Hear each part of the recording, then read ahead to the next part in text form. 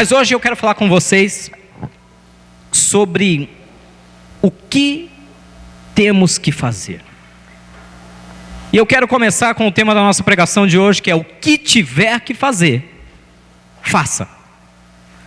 O que você tiver que fazer, faça. De onde surgiu isso? Eu estava falando com o Senhor essa semana, e a semana foi uma semana muito corrida, muito difícil de agenda. Algumas pessoas sabem, eu ainda estou passando por um processo doloroso aqui na coluna, estou passando algumas enfermidades, a minha hérnia de disco resolveu lembrar que ela existe. E foi uma semana muito difícil, à base de medicação. Na segunda-feira o pastor Maurício me socorreu, me levou no pronto-socorro. Fiquei lá algumas horas travado, literalmente, eu não conseguia me mover. Nada que algumas mesmo, né? Foram várias medicações para poder me tirar daquela crise. Dexametasona, anti-inflamatório, dipirona, tramal na veia e tudo isso. E aí consegui vir para casa, mas passei a semana inteira dolorido, ainda estou dolorido, está um processo de tratamento. E se não bastasse a dor, todo o incômodo, a agenda ainda extremamente lotada. Um monte de coisas, o bazar que aconteceu nesse final de semana, na quinta, no sexto, no sábado, uma série de coisas, reformas para fazer aqui na igreja, documentações para liberar. E aí eu lembro que eu cheguei e fui falar com Deus na sexta-feira, eu falei, Senhor, eu estou cansado. Estou com dor, estou cansado. Estou bastante exausto. Eu falei, Deus, eu queria férias. Mas não é qualquer férias. Primeiro, eu precisava que o Senhor tirasse essa dor. Depois eu precisava de um lugar assim, vista para as montanhas, uma jacuzzi com hidromassagem nas minhas costas. E ficar lá dentro da banheira uns 3 dias, até enrugar. Eu precisava muito descansar. E aí, tocou o despertador. Eram 6 da manhã de novo. E a gente tinha que correr para começar as coisas, para ir montar o bazar. E eu falei, Deus, hoje eu estou quebrado. E Deus começou a ministrar essa palavra ao meu coração. O que você tem que fazer, faça. E aí eu quero começar com essa pergunta. O que Deus tem te incomodado a fazer? O que Deus tem pedido de você nos últimos dias? Talvez Deus está pedindo para você abandonar um hábito ruim.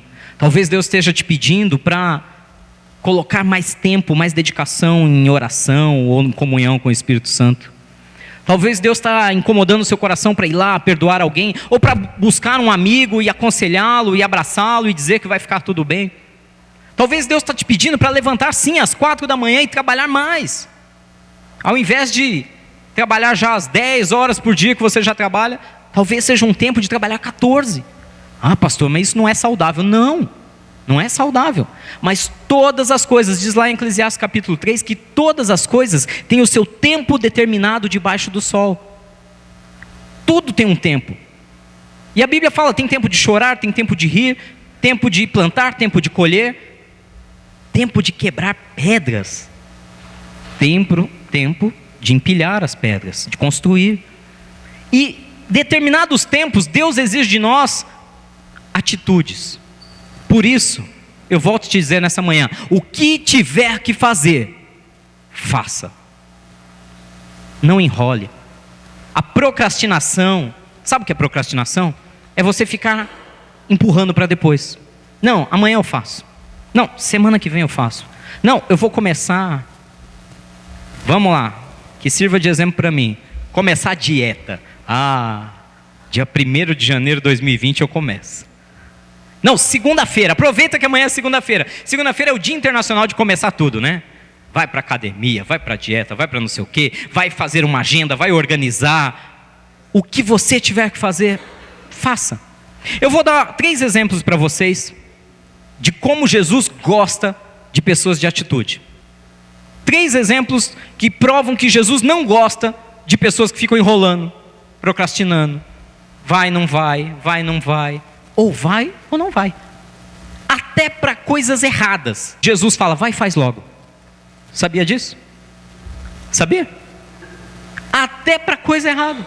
Eu vou te dar um exemplo. Você lembra de Judas? Judas, aquele discípulo que o traiu? Vamos lá, primeiro texto. Está justamente no livro de João. Livro de João, capítulo 13. versículo 27. Eles estavam ali na Santa Ceia, e tão logo, diz assim, tão logo Judas comeu o pão, Satanás entrou nele.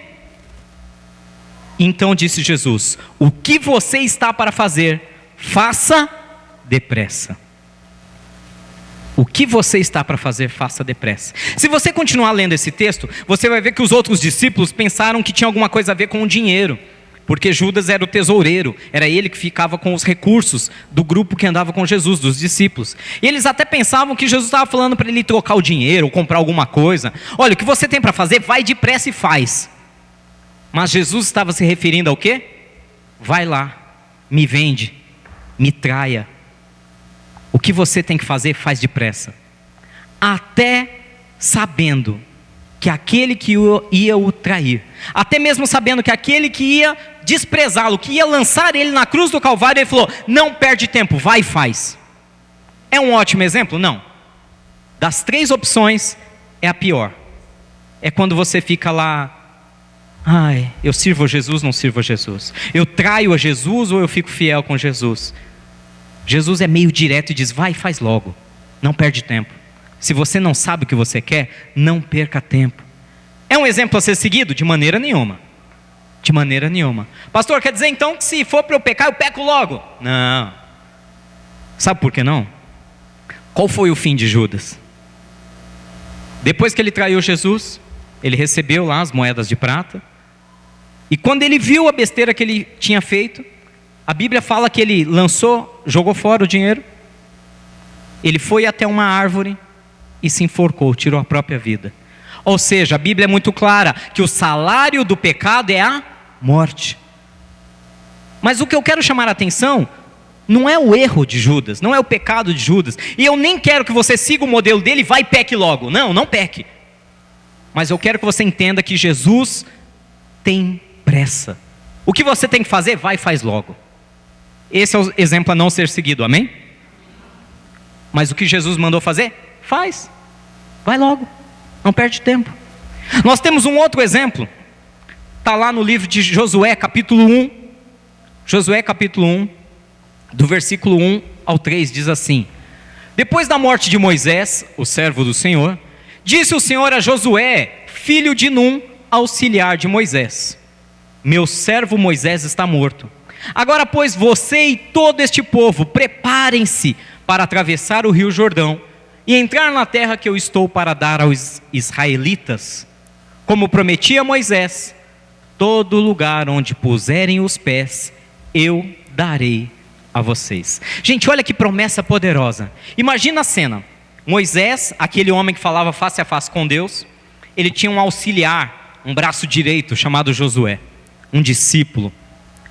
E a Bíblia explica que quando Moisés morreu, Deus chamou Josué, o próximo da fila, e falou: Josué, Moisés morreu e agora é contigo. Você vai liderar o povo de Israel. E eu digo mais, você não só vai liderar o povo de Israel, como você vai atravessar esse rio Jordão, e todo lugar onde colocar a planta do seu pé, onde você pisar, aquela terra eu darei a vocês. Acho que todos vocês conhecem essa promessa, né? Tem até histórias sobre isso, né? Tem pessoas profetizando. Eu já vi gente marchando na rua. Eu falei: o que é aquilo? Eu falei: não, o cara está profetizando que onde tocar a planta do pé dele vai ser dele. Cuidado, não faça isso em propriedade alheia. O que Deus estava dizendo é que daria uma grande terra. E se você que tiver paciência, e eu até aconselho que o faça, abra lá depois no Josué capítulo 1 e vai lendo. Versículo 4, 5, vai descrevendo. Olha, desde o rio Eufrates até o Nilo, até o grande mar, até não sei aonde. Ele vai descrevendo todo o território que Deus prometeu dar aos israelitas. Abrangia literalmente desde do oeste da Ásia até o Egito, pegando toda a Mesopotâmia, pegando toda a região da Arábia. Tudo. Toda aquela região era para pertencer ao povo de Israel. Deus falou e deu apenas uma condição para isso acontecer. O que precisava acontecer para eles ganharem toda essa terra? Qual era a única condição? Versículo 3: como eu prometi a Moisés, todo lugar onde puserem os pés, eu darei a vocês. Olha que condição ele deu. Significa o quê? Vá até lá. Pise no lugar. Se você for até lá, eu vou te entregar. É a mesma coisa que Deus dizendo: vai e faz. Às vezes nós estamos com algumas dificuldades na área financeira, profissional. E é natural, eu quero que você entenda que o ser humano, é natural que quando o ser humano ele começa a receber ataques e desilusões e frustrações, ele vai recuando, ele vai recuando, ele vai recuando. E aí já não tem mais aquele ânimo, já não tem mais aquela força para acordar de manhã, já não tem mais aquela vontade de ir para o trabalho. A natureza humana, diante de frustração, é dar um passo atrás. Mas o que Deus diz para aquele povo é: vá até aquele lugar e pise naquele lugar, vá adiante, expanda. Às vezes Deus está te dando uma direção profissional, às vezes Deus está dizendo para você ir para o outro caminho, e nós estamos ali, será que eu vou, será que eu não vou? Faça o que você tiver que fazer, faça. Se Deus está te dando uma nova estratégia, faça. Vai custar mais, vai ter que dormir menos, vai ter que trabalhar mais, faça. Temos que fazer. Essa pregação já estava preparada desde o final de sexta-feira até ontem. E ontem à noite eu ainda conversando com um dos nossos irmãos, ele estava falando exatamente isso. Ele nem sabia o que a gente ia falar hoje. Falou: olha, pastor, eu estou numa situação que eu vou ter que trabalhar dobrado. E a única coisa que eu falei para ele, já sabendo o que eu ia pregar hoje, é: faça. É o tempo. Se nesse tempo vai ter que trabalhar dobrado, vamos ter que trabalhar dobrado. Mas a recompensa vem, amém? Porque onde pisar, onde puser os teus pés, eu darei a vocês. Essa era a única condição para Josué. Era a única. Deus falou que Josué tinha que preparar um exército? Não. Você pode ler todo o texto e em nenhum momento fala: prepare o exército assim, assim, assado. Deus falou para Josué separar isso, aquilo. Não. A única condição é: Josué, pegue o povo e vá até lá. Pise naquele lugar. Se pisar naquele lugar, eu entrego nas tuas mãos. Ah, pastor, você acha que é assim mesmo? Ué, qual foi a primeira cidade assim que eles cruzaram o Jordão? Quem se lembra dessa parte da história bíblica? O rio Jordão se abriu para eles passarem, assim como abriu o Mar Vermelho na época de Moisés. Eles passaram pelo rio Jordão a seco. E aí eles chegaram na primeira cidade do lado do Jordão e era, como que era o nome da cidade? Quem se lembra? Era bem fortificada por um muro gigantesco. Jericó. Chegaram em Jericó, muralhas intransponíveis. Alguns historiadores dizem que você, em cima da muralha, o topo da muralha, tinha cerca de 15 metros. Ou seja, imagina uma parede de 15 metros de espessura. Imagina uma muralha com uma parede de 15 metros de espessura. Você podia andar, era uma avenida em cima da muralha. 15 metros de espessura, fora a altura dela. Intransponível. Jericó era uma cidade que nunca conseguiu ser derrubada por causa das suas muralhas intransponíveis. E aí eu pergunto, se você continuar lendo o texto, Josué disparou alguma flecha? Josué teve que puxar da espada para fazer algo? Não. A Bíblia diz que eles ficaram rodeando por 7 dias, até que o dia Deus falou: agora vocês toquem a trombeta e gritem. E quando eles gritaram, a muralha caiu e Jericó foi tomada. Por que Jericó foi tomada? Porque eles gritaram? Porque eles fizeram isso, aquilo? Não. Porque eles colocaram os pés sobre aquele lugar. Deus dá direções claras. Nós é que procrastinamos, nós é que enrolamos. Às vezes Deus te dá um dom, te dá um talento e a gente fica lá segurando. Mas isso aqui é tão pouco. Algumas semanas atrás eu estava conversando com um grande amigo meu, pastor também, uma pessoa que eu amo de coração, pastor Sandro, e a esposa dele, a pastora Marinalva. A gente estava conversando e à medida que a gente ia conversando, foi vindo à tona uma série de coisas que Deus está pedindo para eu fazer. Uma série de coisas. E aí eu comentei com ele: puxa, Deus está me incomodando de fazer isso. Mas, eu confessando isso para ele: mas eu acho que eu sou só mais um na multidão. Eu acho que não... É muito trabalho para pouco retorno. Eu vou fazer isso e... puxa, vai abençoar quantas pessoas? 5, 10? Não vai fazer tanta diferença assim. E eu lembro que ele olhou para mim e ele falou exatamente isso. Ele falou: mas se Deus está mandando você fazer, se Deus está te incomodando, por que você está enrolando? Por que você não vai e faz? Você já percebeu como a gente fica colocando peso, né? A gente está ficando racional demais. Não que seja ruim ser racional, mas tudo que vem até nós a gente fica fazendo conta. Ai, vale a pena? Ai, deixa eu ver isso aqui e tal. Não, Deus vai dar uma direção. Faça tal coisa. Ore pela sua família todos os dias a tal hora. Ah, Deus, eu já oro pela minha família há tantos anos e não acontece nada. Mas Deus está dizendo, ore pela sua família, entre num propósito, tal dia, tal horário, vai e comece a orar por eles. E aí você, não, mas sabe o que é? Que esse horário eu tenho pilates. Não sei. Não dá para ser outra hora, Deus. Eu lembro que no grupo de discipulado, a gente estava conversando, o meu grupo de homens, e um deles, Deus estava despertando às 3 da manhã para orar. 3 da manhã. Que alegria, hein? Despertadorzinho. 3 da manhã. Ah, Jesus, abençoa meu sono. 3 da manhã. Por que que Deus faz uma criatura, pede para uma criatura acordar às 3 da manhã para orar? Qual é a diferença? Bom, explicação bíblica tem várias. Nós lemos uma hoje na abertura do culto. Apresentem os seus corpos como um sacrifício vivo, santo e agradável a Deus. Só o fato de você abrir mão de 10 minutos no meio do seu sono para buscar ao Senhor, Ele vai ver o quão você está comprometido com aquele propósito. Só o fato de você estar aqui de manhã num domingo com chuva, Deus está vendo quão comprometido com o propósito de buscá-lo você está. Deus pede coisas para nós. Por que que Deus pede coisas para nós? Porque Ele não tem o que fazer? Porque Ele precisa? Não, gente. É aquela frase de para-choque de caminhão que é muito verdadeira. Deus sem você é Deus. Você sem Deus que é nada. Eu sem Deus que sou nada. Mas Deus sem nós, Ele continua sendo Deus. Ele não precisa de nada. Ele pede e nos dá direções porque Ele quer nós como filhos sendo agradados e abençoados por Ele. Ele quer ver o nosso bem, Ele quer ver a nossa prosperidade, Ele quer ver a nossa família simplesmente feliz na presença dEle, sem briga, sem desrespeito. Mas para isso Ele nos pede coisas, para provar o nosso coração, para ver se nós estamos comprometidos com Ele. E aí Josué conquistou Jericó, simplesmente porque ele foi até lá e colocou os pés naquele lugar, Deus entregou a cidade na mão dele. Talvez só por você estar aqui hoje, domingo de manhã, Deus já está liberando algo na sua vida e você nem saiba. Eu não sei, mas talvez o fato de você entrar por essa porta, Deus já liberou algo novo para você.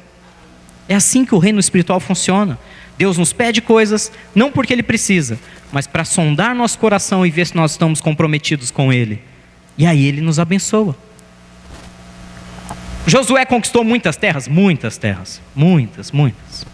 Onde ele ia, onde o povo de Israel chegava, a terra era tomada por eles.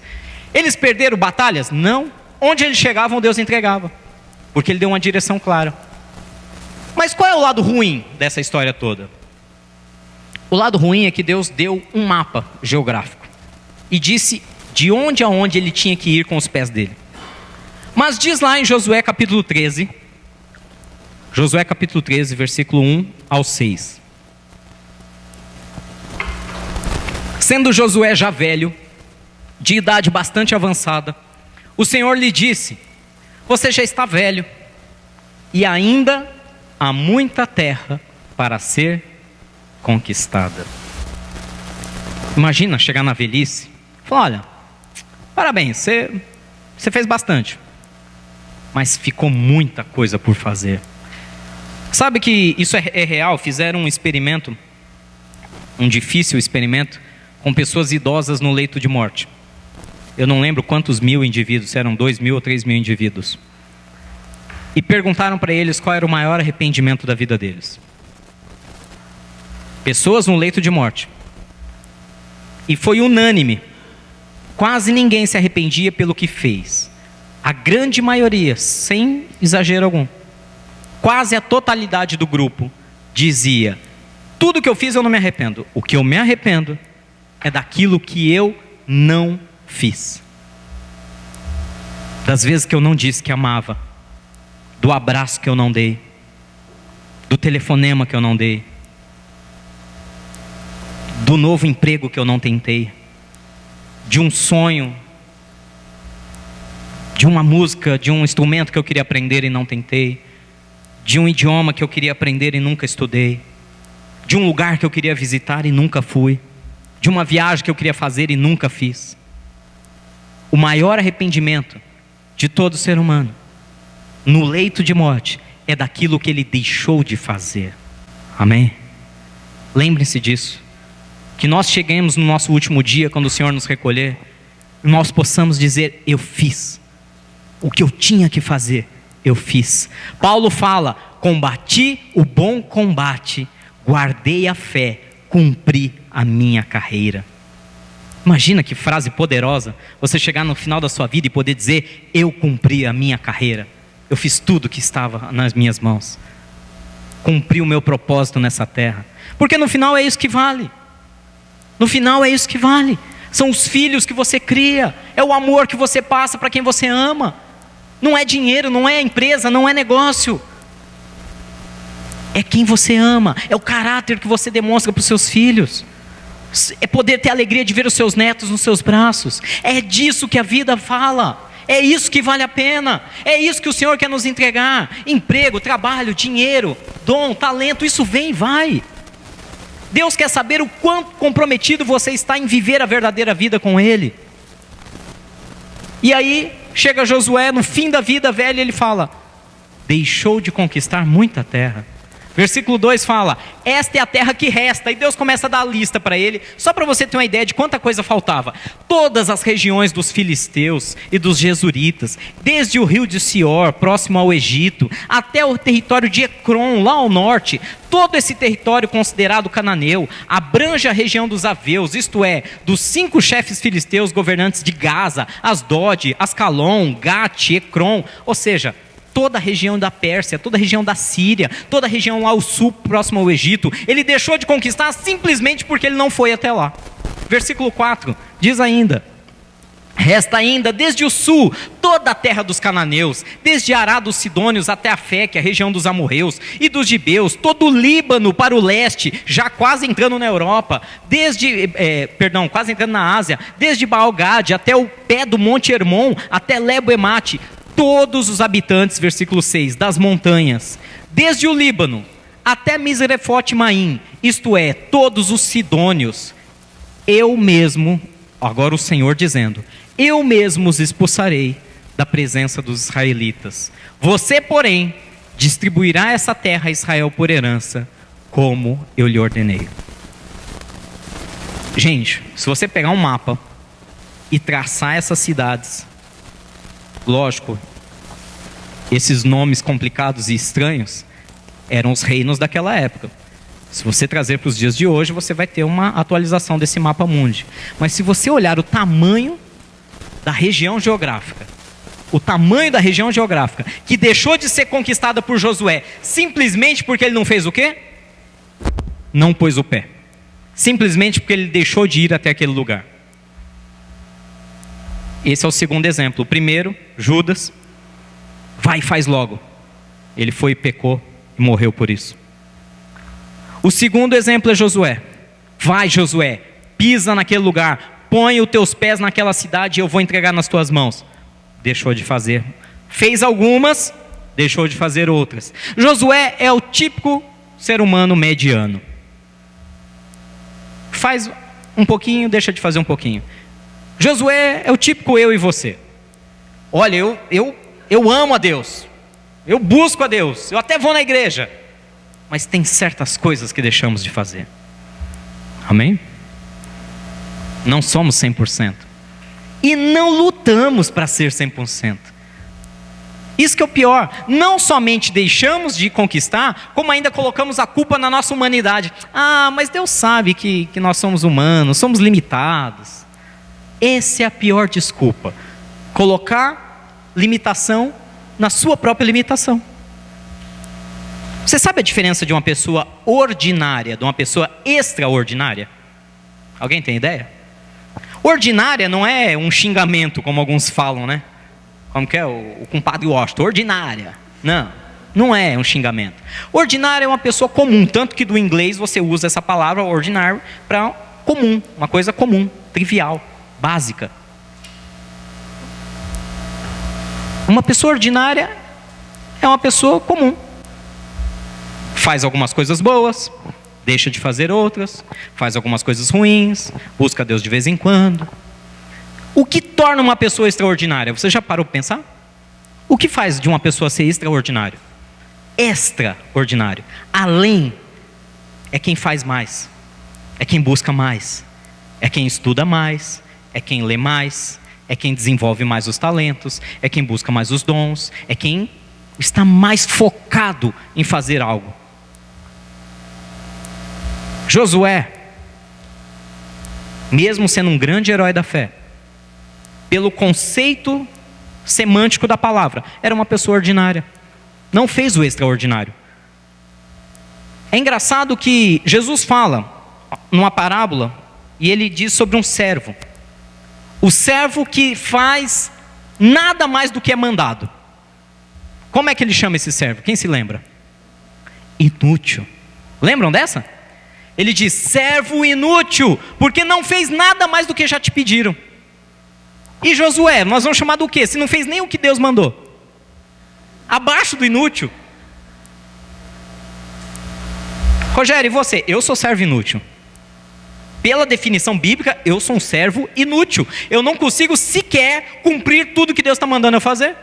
Então, pela definição bíblica, eu sou um servo inútil.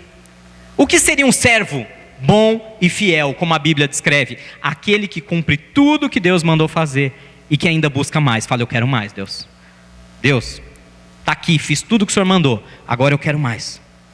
Aquele que Deus entrega talentos, ele trabalha os talentos, multiplica os dons, fala, Senhor, está aqui o que o Senhor me conferiu, eu consegui trabalhar e conquistar mais, me dá mais coisas para fazer.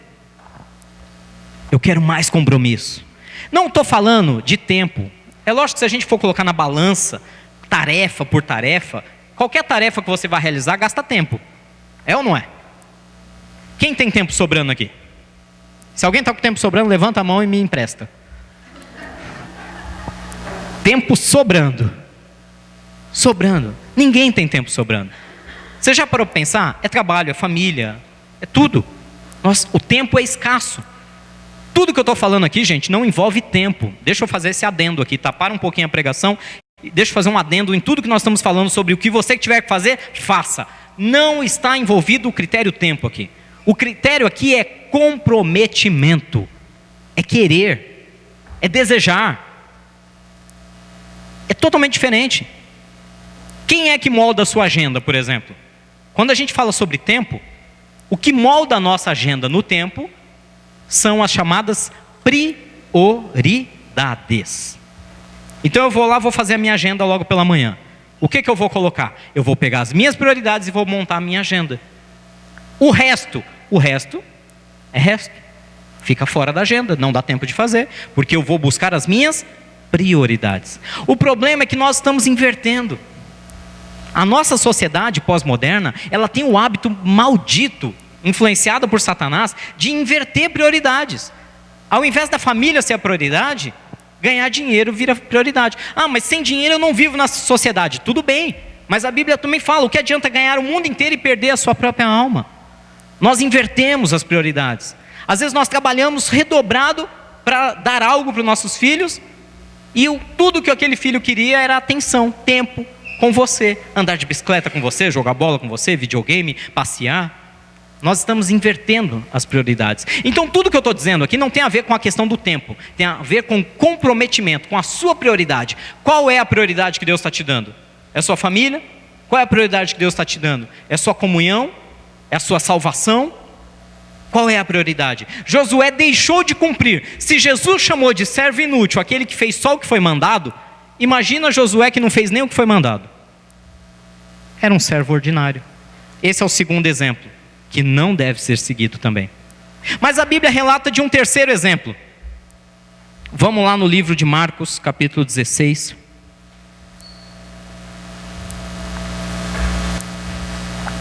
Marcos capítulo 16, do versículo 15 em diante. E disse-lhes, Jesus dizendo aos discípulos, vão pelo mundo todo, e preguem o evangelho a todas as pessoas. Quem crer e for batizado será salvo, mas quem não crer será condenado. Estes sinais acompanharão os que creem. Em meu nome expulsarão demônios, falarão novas línguas, versículo 18. Pegarão em serpentes, e se beberem algum veneno mortal, não lhes fará mal nenhum.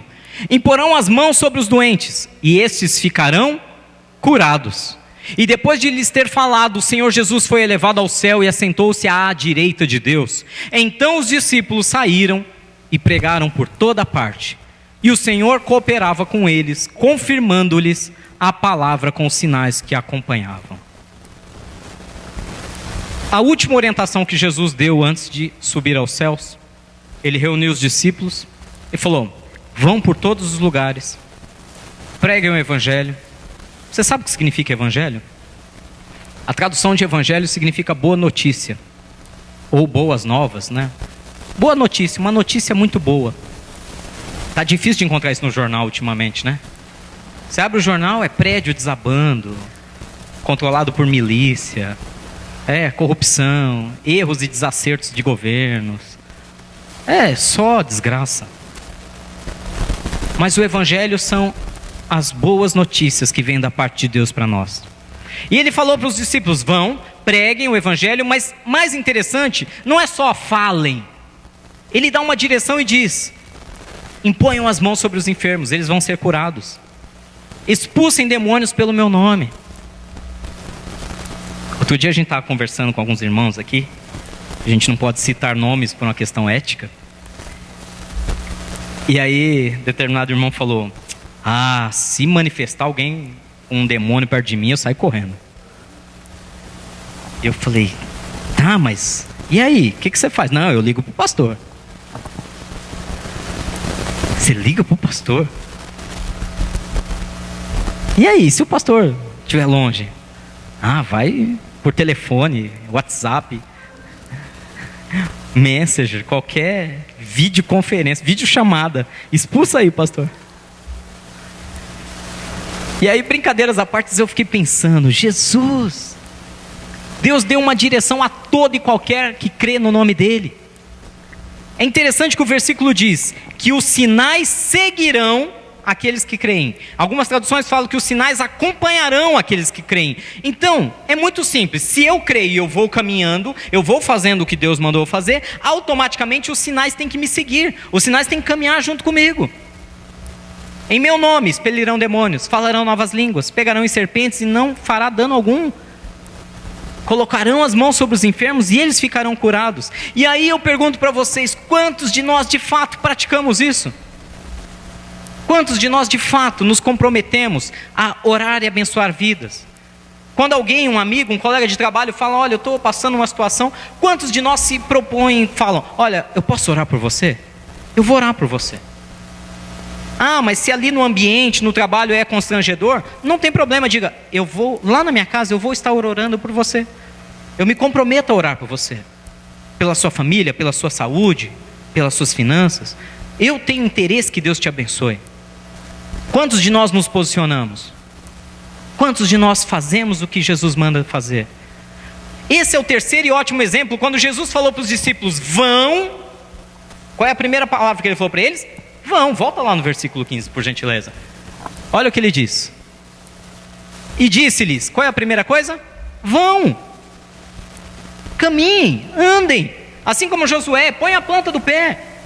E depois você vai ver, no versículo 17, os sinais acompanharão os que creem. Se você crê, os sinais te acompanham.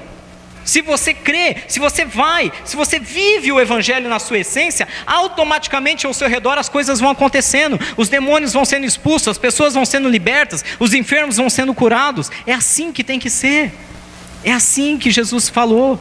E eles, versículo 20 diz que cumpriram. Jesus mandou e eles fizeram. Então os discípulos foram, saíram, pregaram, e o Senhor fazia o quê? Cooperava com eles, confirmando-lhe as palavras com os sinais que os acompanhavam. Tem gente que tem medo. Às vezes a procrastinação, o deixar de fazer, tem uma série de sentimentos envolvidos. Alguns fazem por medo. Eu tenho medo de frustrar. Eu tenho medo de dar errado. Eu tenho medo do que vão pensar de mim se eu tentar e falhar. Alguns têm vergonha. Ah, não, eu tenho vergonha. Já pensou todo mundo olhando para mim, eu tendo que pregar? Eu tenho vergonha, não. Cada um tem um motivo para procrastinar e deixar de fazer o que Deus quer que a gente faça. Cada um de nós tem. Eu tenho também vários motivos para procrastinar planos de Deus sobre a minha vida. Mas o que Jesus está dizendo nessa manhã, deixe de lado esses motivos. Comprometa-se em fazer. Vão, faça. Eu acho tão lindo essa história que os sinais seguem. Você vai, o sinal vem atrás. Tem uma história muito interessante de um pregador famosíssimo, escritor de livros, o Benny Hinn, que ele fala que Deus chamou ele para pregar, mas ele era gago. Ele era gago, desde criança. E aí ele pensava, como que eu vou pregar? O pessoal vai rir da minha cara. Imagina, chega lá, porque está escrito. Até ele terminar a pregação, ou o pessoal morreu de rir ou foi embora. Ele tinha medo de pregar. E Deus falava, eu quero que você pregue. E ele fala, mas eu sou gago. E Deus fala, sobe lá e prega, mas eu sou gago. E aí um dia ele fez o quê? Subiu no púlpito, abriu a Bíblia e começou a pregar. E nunca mais foi gago.